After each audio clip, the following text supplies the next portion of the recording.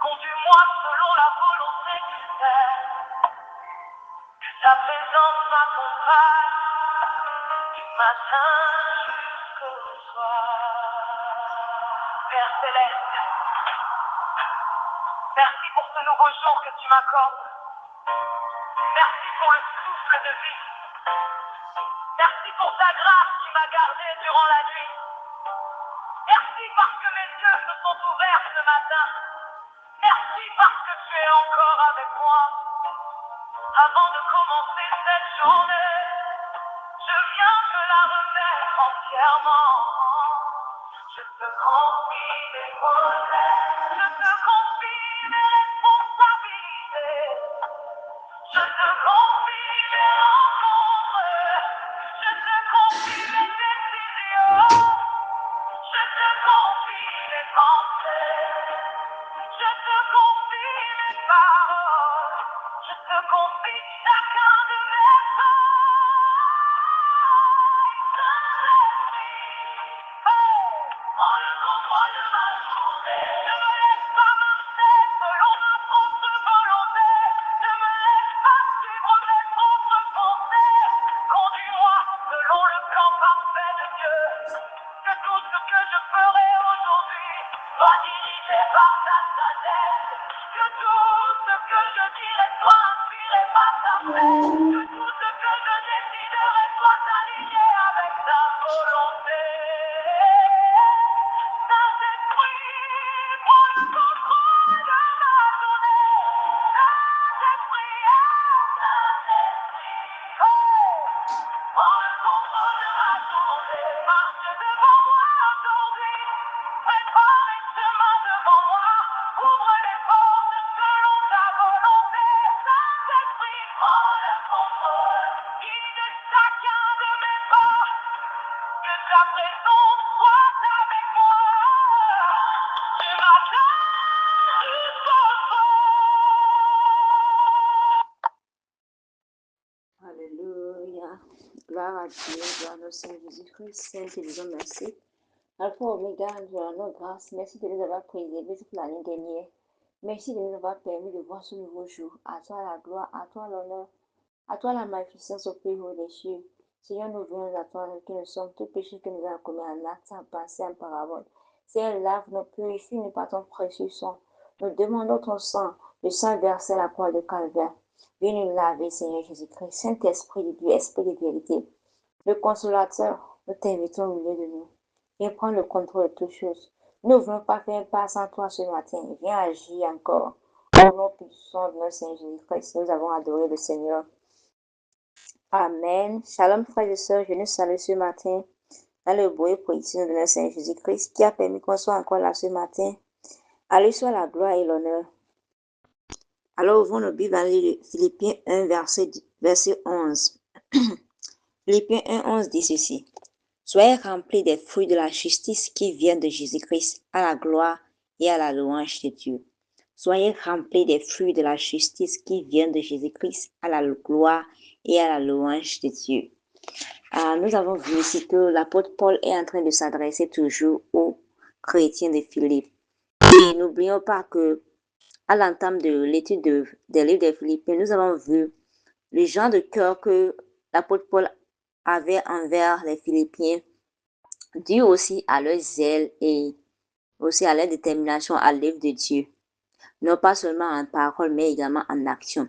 Et nous avons vu la prière qu'a adressée l'apôtre Paul envers les Philippiens. Non pas seulement que le Seigneur les bénisse matériellement, mais financièrement, mais également qu'ils soient remplis de l'amour et qu'ils puissent connaître ce qui est bon et également choisir ce qui est excellent. Et par la grâce de Dieu, allons réécouter ces audios et je sais une chose, que ça va encore nous bénir abondamment.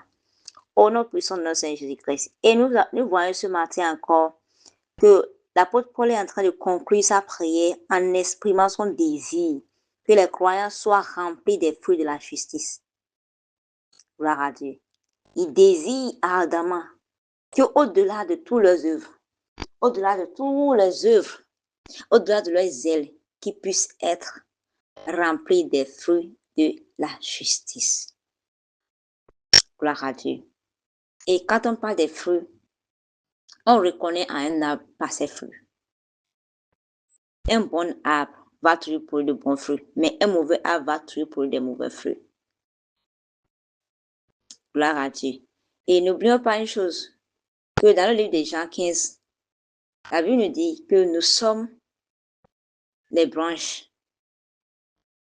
et notre Seigneur Jésus-Christ est la vie. Que toute branche qui n'est pas connectée à la vie ne peut pas produire de fruits dignes. Parce que sans lui, on ne peut rien faire.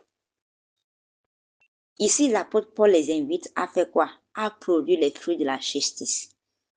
C'est vrai, ils sont zélés pour Christ. C'est vrai, ils font l'œuvre de Dieu avec tout leur cœur. Mais quels sont les genres de fruits qui sont en train de produire? Parce qu'une chose est de faire l'œuvre de Dieu.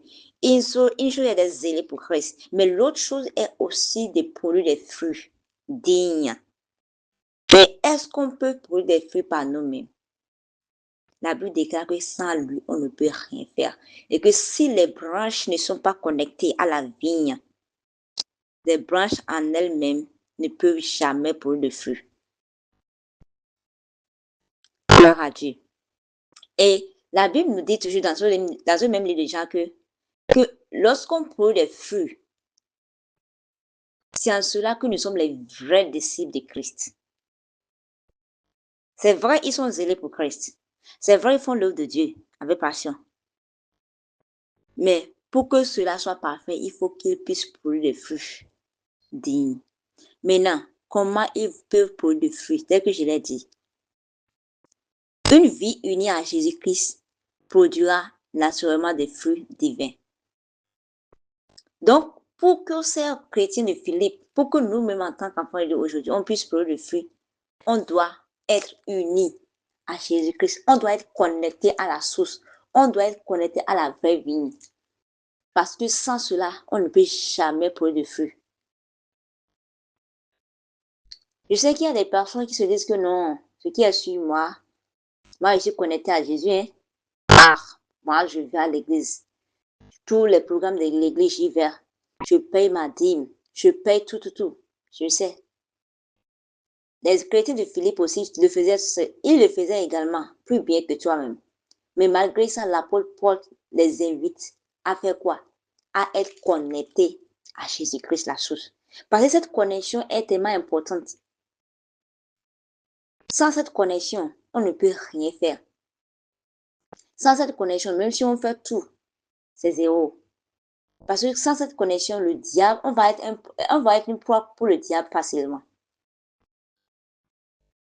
C'est parce que lorsqu'on sera connecté à lui, c'est en ce moment qu'on commencera à produire des fruits. Et quels sont ces fruits dont on parle? Nous avons l'amour, nous avons la joie, nous avons la paix, la patience, la bonté, la bienveillance, la fidélité, la douceur et la maîtrise du soi. As-tu jamais vu qu'on prie pour un arbre pour qu'elle puisse produire du fruit? Non, c'est naturel. Lorsque les branches sont connectées à l'arbre, c'est automatique. Ça doit produire des fruits. Donc, c'est en cela aussi. Une fois que la connexion est établie, il n'y a rien à dire. On doit produire naturellement des fruits dignes. Et d'autres personnes se plaignent que non, mais je fais tout. Et je prie. Malgré ça, demande-toi, est-ce que tu es sûr réellement que tu es branché, que tu es connecté réellement à la vraie vie? Parce qu'il y a d'autres personnes qui croient qu'ils sont connectés au rocher de Christ. Il y a d'autres qui croient qu'ils sont connectés au rocher de Christ.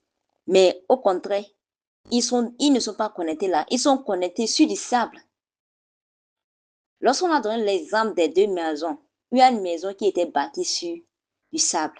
L'autre maison était bâtie du moins sur le rocher de Christ. La maison qui était bâtie sur le rocher de Christ, on a vu quoi? Les tempêtes sont venues, l'orage, mais elle est restée solide parce qu'elle a une base solide, parce qu'elle a une fondation solide en Christ.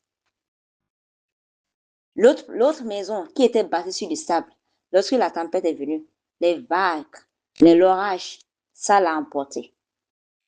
La différence entre ces deux, en ces deux maisons, c'est que l'autre a de fondation solide en Christ. L'autre n'a pas.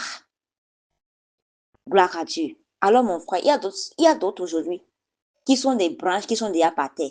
Il y a d'autres aujourd'hui qui sont déjà des branches qui sont greffées à autres arbres qui n'aiment même pas l'arbre de Christ. Et ils vont se dire que, mais moi, je suis une branche qui est connectée. Tu es connecté à quel arbre? Est-ce que tu n'es pas une branche qui est greffée à un autre arbre qui ne produit jamais de bons fruits? Pose-toi la question. Parce que tout arbre, toute branche du moins, tout arbre qui est connecté à la vigne de Christ, forcé, ça doit produire naturellement des fruits. Et pas n'importe quel fruit, des fruits qui durent. Gloire à Dieu. Comment quand on parle de la justice, est-ce que la justice, c'est nos efforts, c'est pas nos efforts on l'obtient? Non, non, non. C'est pas l'effort physique. Et quand on parle de la justice de Dieu, c'est la manière dont toi-même tu te tiens en Christ. Est-ce que tu as une bonne base? Est-ce que tu es debout en Christ? Est-ce que tu es en Christ réellement ou bien tu es en crise? On dit, la justice ne s'acquiert pas par notre propre effort. C'est pas par notre propre effort. Tu ne peux pas te dire non, en moi, je suis juste. Tu n'es pas juste par ce que tu fais. Tu n'es pas juste par, oh, moi je jeûne, hein. Moi je prie. Hein. La Bible même déclare que notre justice, là, c'est comme des vêtements déchirés. Gloire à Dieu. Ce que Dieu dire, c'est pas ce que tu fais, c'est pas tes œuvres, c'est pas ce que tu fais qui te rend juste. Notre justice, elle est l'œuvre de Christ en nous. Le Christ en nous. L'espérance de la gloire. Elle est l'œuvre de Christ. Et c'est lorsqu'on demeure en lui que le Saint-Esprit nous transforme et transforme nos cœurs et nous permet de vivre une vie qui honore Dieu. Donc, notre justice, c'est l'œuvre du Saint-Esprit.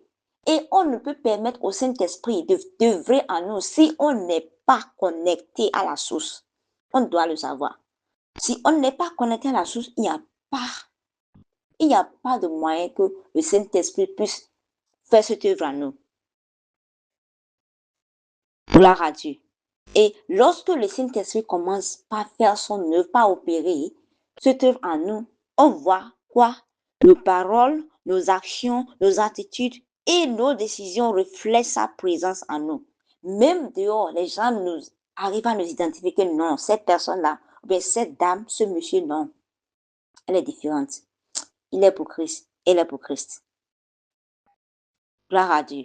Et lorsqu'on veut aller en profondeur par rapport au port du fruit, est-ce qu'on n'a jamais vu que le manguier produit de fruits pour que le manguier puisse le manger? Non.